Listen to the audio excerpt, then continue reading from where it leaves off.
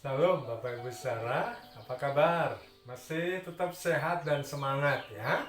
Baik, puji Tuhan, kita bersyukur hari ini kita masih di ibadah online dan bersyukur karena Tuhan masih mengizinkan kita untuk menikmati mendengar firman Tuhan. Karena mari kita tunduk kepala sebelum pemberitaan firman Tuhan ini kita dengarkan bersama-sama. Terima kasih Tuhan, bersyukur untuk pemberitaan firman yang Tuhan terus sampaikan dalam ibadah online, termasuk juga hari ini. Terima kasih Tuhan, kami naikkan syukur karena firman-Mu ya dan amin, selalu baru dan tetap segar bagi kami. Terima kasih Tuhan, meteraikan firman-Mu, biar kami mudah menangkapnya dan mudah melakukannya dalam kehidupan sehari-hari. Pakai hamba-Mu yang sederhana, yang tidak ada apa-apanya, untuk setia mengatakan yang ingin Tuhan katakan kepada kami. Kami mengusir segala kuasa kegelapan di dalam nama Yesus, karena kami mau menikmati firman-Mu dan beroleh berkat dari pemberitaan hari ini. Dalam nama Yesus kami berdoa. Haleluya. Amin. Puji Tuhan, Bapak Ibu Saudara, setiap orang pasti punya masalah. Tidak ada orang yang tidak punya masalah. Selama kita hidup, pasti ada masalah. Yang tidak ada masalah itu ya di kuburan. Sepanjang kita masih menghirup udara, sepanjang kita masih bernafas, masalah itu selalu ada. Bahkan silih berganti datang dalam hidup kita. Namun masalah-masalah itu kadang-kadang ada orang yang tidak tahu bagaimana cara menyelesaikannya. Masalah-masalah yang datang bertubi-tubi kadang-kadang tidak tahu bagaimana caranya untuk memperoleh jalan keluarnya. Karena itu, hari ini firman Tuhan mengajak kita untuk kita belajar rahasia menyelesaikan masalah atau rahasia keluar dari masalah. Mari kita baca bersama-sama firman Tuhan dalam kitab 2 Raja-Raja pasalnya yang keempat. 2 Raja-Raja pasalnya yang keempat. 2 Raja-Raja pasal 4 ayat 1-7, demikian firman Tuhan. Salah seorang dari istri-istri para nabi mengadukan halnya kepada Elisa sambil berseru, "Hambamu suamiku sudah mati, dan engkau ini tahu bahwa hambamu ini takut akan Tuhan. Tetapi sekarang penagih hutang sudah datang untuk mengambil kedua orang anakku menjadi budaknya." Jawab Elisa kepadanya, "Apakah yang dapat kuperbuat bagimu? Beritahukanlah kepadaku apa-apa yang kau punya di rumah." Berkatalah perempuan itu, "Hambamu ini tidak punya sesuatu apapun di rumah, kecuali sebuah buli-buli berisi minyak." Lalu berkatalah Elisa, "Pergilah, mintalah bejana-bejana dari luar, daripada segala tetanggamu, bejana-bejana kosong, tetapi jangan terlalu sedikit. Kemudian masuklah, tutuplah pintu, dan sesudah engkau dan anak-anakmu masuk, lalu tuanglah minyak itu ke dalam segala bejana. Mana yang penuh, angkatlah." Pergilah perempuan itu daripadanya, ditutupnyalah pintu sesudah ia dan anak-anaknya masuk, dan anak-anaknya mendekatkan bejana-bejana kepadanya, sedang ia terus menuang. Ketika bejana-bejana itu sudah penuh, berkatalah perempuan itu kepada anaknya, "Dekatkanlah kepadaku sebuah bejana lagi." Tetapi jawabnya kepada ibunya, "Tidak ada lagi bejana." Lalu berhentilah minyak itu mengalir. Kemudian pergilah perempuan itu memberitahukannya kepada abdi Allah, dan orang itu berkata, "Pergilah, jualah minyak itu, bayarlah hutangmu, dan hiduplah dari lebihnya, engkau serta anak-anakmu." Amin. Rahasia memperoleh jalan keluar, atau rahasia memperoleh penyelesaian masalah. Bapak Ibu Saudara, kita tahu bahwa kita pasti ada banyak masalah, tetapi kadang-kadang sedikit orang yang punya cara, yang mengerti atau yang memiliki kemampuan untuk menyelesaikannya. Tetapi Tuhan memberikan kepada kita hikmat agar kita bisa menyelesaikan masalah berdasarkan firman Tuhan ini. Caranya bagaimana? Yang pertama adalah Bawa masalah kepada Tuhan. Bapak Ibu Saudara, dalam kisah yang diceritakan dalam firman Tuhan 2 Raja-Raja pasal 4 ayat 1-7 adalah di mana salah seorang istri Nabi mengalami masalah keuangan. Memang yang dibicarakan di sini masalah keuangan. Sekalipun tidak selalu masalah itu adalah masalah keuangan. Tetapi yang sedang dibahas di dalam pemberitaan firman ini atau yang menjadi contoh dalam pembahasan khotbah ini adalah seorang janda yang punya masalah keuangan karena ditagih hutang. Dia punya hutang dan ditagih oleh si penagih hutang, dan kalau tidak bisa membayar, anaknya akan diminta dengan paksa untuk dijadikan budak, atau anaknya dijadikan jaminan sebagai ganti hutang ibu janda Nabi ini. Bapak Ibu Saudara, masalah itu banyak. Masalah itu bermacam-macam. Bisa karena penyakit, bisa karena kesulitan ekonomi, bisa karena masalah komunikasi, bisa masalah karena keluarga, karena pasangan hidup kita, karena anak-anak kita, atau mungkin juga masalah dalam pekerjaan kita. Masalah demi masalah silih berganti menghampiri kita. Namun Tuhan mau Bapak Ibu Saudara, seperti janda Nabi ini, dia membawa masalahnya kepada Tuhan dan kepada hamba Tuhan, yaitu Elisa. Dia menceritakan masalahnya kepada Elisa. Elisa ini adalah wujud dari kehadiran Tuhan di bumi. Hamba Tuhan ini adalah manifestasi atau wujud dari kehadiran Tuhan untuk melayani umatnya. Karena itu Nabi ini, istri Nabi ini atau janda Nabi ini memadukan masalahnya kepada Elisa karena dia tahu dia bisa sharing kepada hamba Tuhan ini. Dia bisa konseling dengan hamba Tuhan ini. Dia bisa minta pendapat dengan hamba Tuhan ini. Dan itu artinya sama dengan membawa masalahnya kepada Tuhan. Karena itu Bapak Ibu Saudara, ketika Bapak Ibu Saudara memiliki masalah, jangan sungkan untuk sharing dengan kami. Jangan ragu untuk konseling dengan kami. Walaupun kadang-kadang mungkin kami nggak bisa punya cara untuk bisa membebaskan saudara dari masalah, tapi paling tidak kami membawa masalah saudara kepada Tuhan. Selain saudara sendiri membawa masalah kepada Tuhan, kami ikut membawa masalah saudara kepada Tuhan sebagai seorang hamba Tuhan. Karena itu ketika saudara punya masalah, apa saja masalahnya, mari bawa kepada Tuhan. Bisa mengajak sharing hamba Tuhan, bisa mengajak hamba Tuhan untuk berdoa bersama atas masalah yang saudara hadapi. Maka bawalah masalah kepada Tuhan. Tuhan gak pernah bosan dengan masalah yang saudara bawa. Tuhan gak pernah menutup telinga dengan masalah-masalah yang saudara hadapi. Tetapi Tuhan akan setia mendengarnya. Tuhan akan setia memperhatikannya. Tuhan akan setia mempedulikannya. Masalah apapun yang saudara bawa kepada Tuhan, Tuhan tidak pernah menolaknya. Tuhan tidak pernah berkata, aku tidak mau mendengarmu lagi. Aku sudah muak mendengarnya. Aku sudah berkali-kali engkau datang membawa masalahmu. Tapi Tuhan akan berkata, apa yang kau rasakan, apa yang kau alami, mari bawa kepadaku. Seperti kata Tuhan, marilah kepadaku semua yang letih lesu dan berbeban berat, aku akan memberi kelegaan kepadamu. Bawa masalah saudara kepada Tuhan.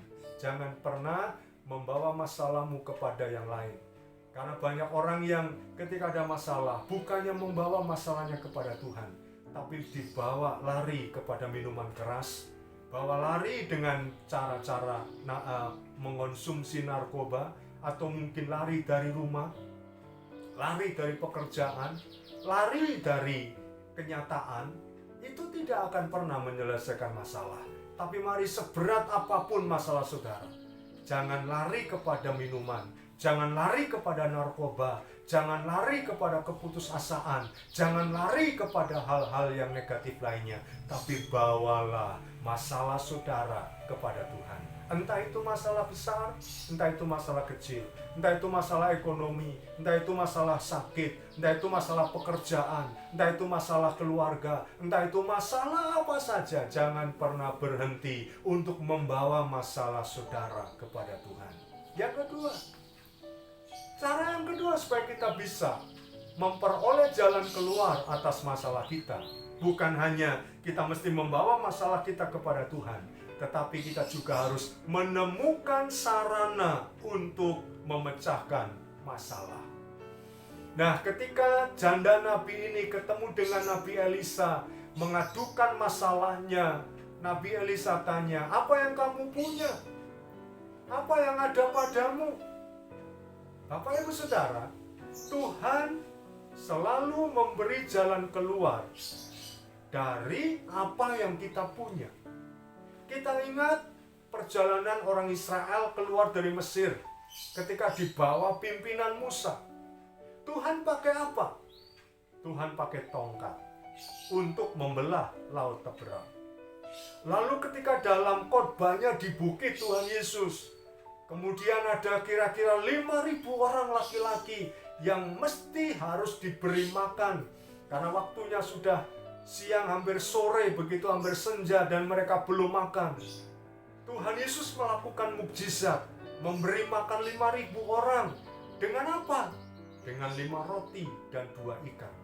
Roti dan ikan yang dibawa oleh anak kecil. Artinya, Tuhan memakai sarana yang ada untuk melakukan sesuatu. Tuhan memakai sarana untuk memecahkan masalah. Janda Nabi ini juga, ketika dia punya masalah, Elisa tanya, "Apa yang kamu punya?" Janda Nabi itu berkata, "Saya hanya punya buli-buli berisi minyak." Buli-buli berisi minyak itu bukan besar, ini kecil, ini sedikit. Tapi Elisa berkata, "Bawa ke sini.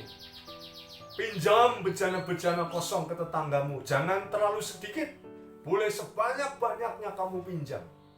Dan dari situ Bapak Ibu Saudara kita melihat pertolongan Tuhan datang lewat minyak yang ada di buli-buli janda Nabi ini.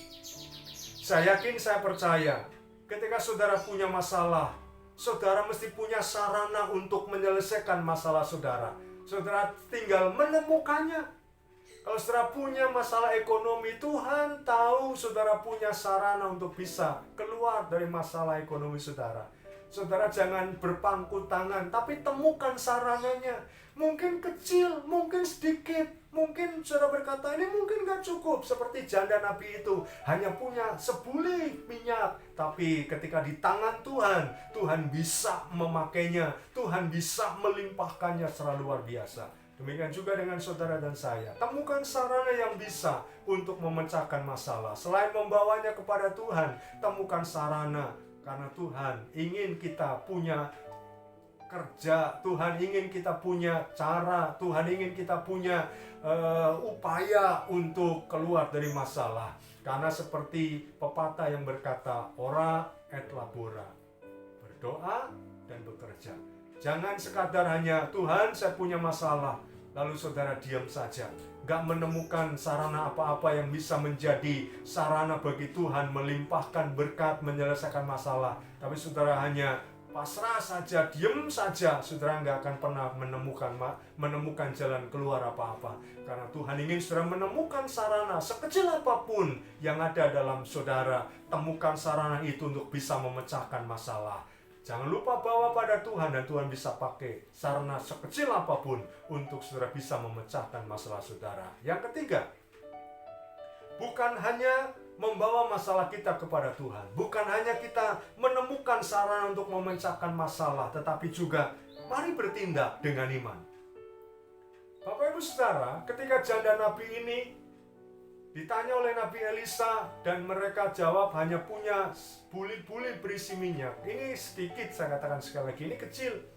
Tetapi kemudian Elisa menyuruh meminjam tempayan ke tetangga. Jangan terlalu sedikit, artinya banyak juga nggak apa-apa. Kalau janda ini nggak punya iman, dia pasti nggak bertindak. Kalau janda ini nggak punya iman, pasti dia akan tertawa. Dia akan mentertawakan Elisa. Elisa, ini apa-apaan? Saya punya masalah. Masa depan anak-anakku dipertaruhkan ini. Karena kalau hari ini nggak bisa bayar hutang, anak-anakku akan diambil, dijadikan budak oleh penagih hutang. Ini Elisa apa-apaan?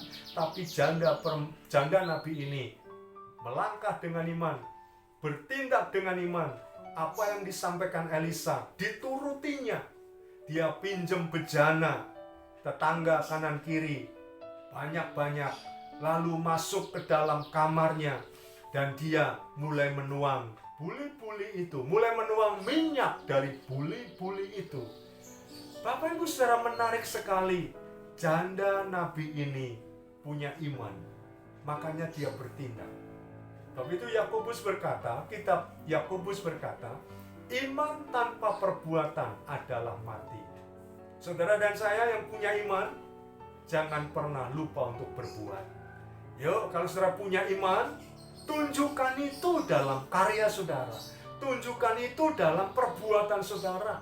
Kalau saudara punya masalah hari ini dan saudara berkata, aku punya iman, aku bisa menyelesaikan masalah, aku pasti punya cara menyelesaikan masalah. Saudara bertindaklah, berbuatlah, lakukanlah sesuatu dengan iman. Kalau masalah keuangan barangkali, saudara mungkin diberi modal sedikit, jalankan itu meskipun sedikit dengan iman. Saya percaya Tuhan bisa memakai itu untuk memberkati saudara keluar dari masalah ekonomi yang membelit saudara. Yang dibutuhkan adalah iman. Jangan mentertawakan firman Tuhan. Jangan mentertawakan nasihat-nasihat hamba Tuhan. Meskipun kadang-kadang rasanya tidak masuk akal. Tapi bertindaklah dengan iman. Seperti janda Nabi ini. Ketika dia bertindak dengan iman, apa yang terjadi? Tempayan-tempayan ini terisi dengan penuh. Tempayan-tempayan ini semuanya penuh sampai habis. Ketika tempayannya habis, minyak dari buli-buli itu pun berhenti mengalir. Yang dibutuhkan di sini adalah bertindaklah dengan iman. Jangan sekali-sekali hanya bertindak dengan akal saja. Mari bertindak dengan iman. Ketika saudara bekerja, bekerjalah sebagai perwujudan iman saudara. Ketika saudara membuka usaha, bukalah usahamu sebagai perwujudan iman saudara. Saudara yang bekerja, saudara mengambil bagian saudara dengan iman, dan Tuhan yang akan menambah-nambahkan berkat dalam hidup saudara. Itu yang Tuhan mau. Bertindaklah dengan iman. Dan yang keempat adalah jaga kekompakan. Nabi Elisa menyarankan supaya ibu dan anak ini bekerja sama. Ya, anaknya itu diajak untuk minjem tempayan, lalu ibunya menuang minyak ke dalam tempayan-tempayan yang kosong, dan anaknya ini yang mengambil kalau sudah penuh, menyingkirkannya, menyisikannya, lalu menggantinya dengan yang kosong, dan seterusnya. Ini dibutuhkan kekompakan.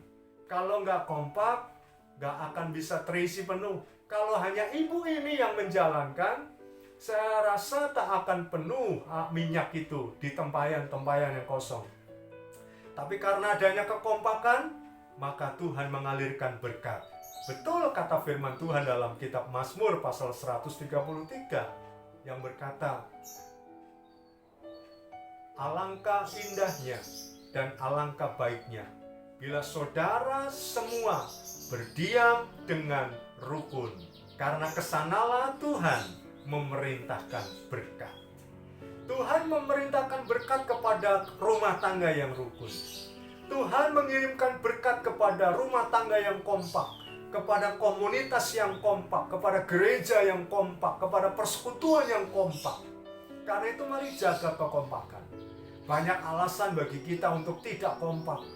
Ketika sudah beda pikiran, ketika sudah mulai beda dengan pandangan kita, ketika sudah mulai kita nggak sesuai, kadang-kadang kita mudah untuk tidak kompak. Mari kembali, jaga kompakan, jaga kekompakan. supaya berkat Tuhan mengalir, supaya berkat Tuhan diperintahkan datang kepada kita, seperti janda nabi dan anaknya yang diberkati Tuhan ketika mereka jaga kekompakan.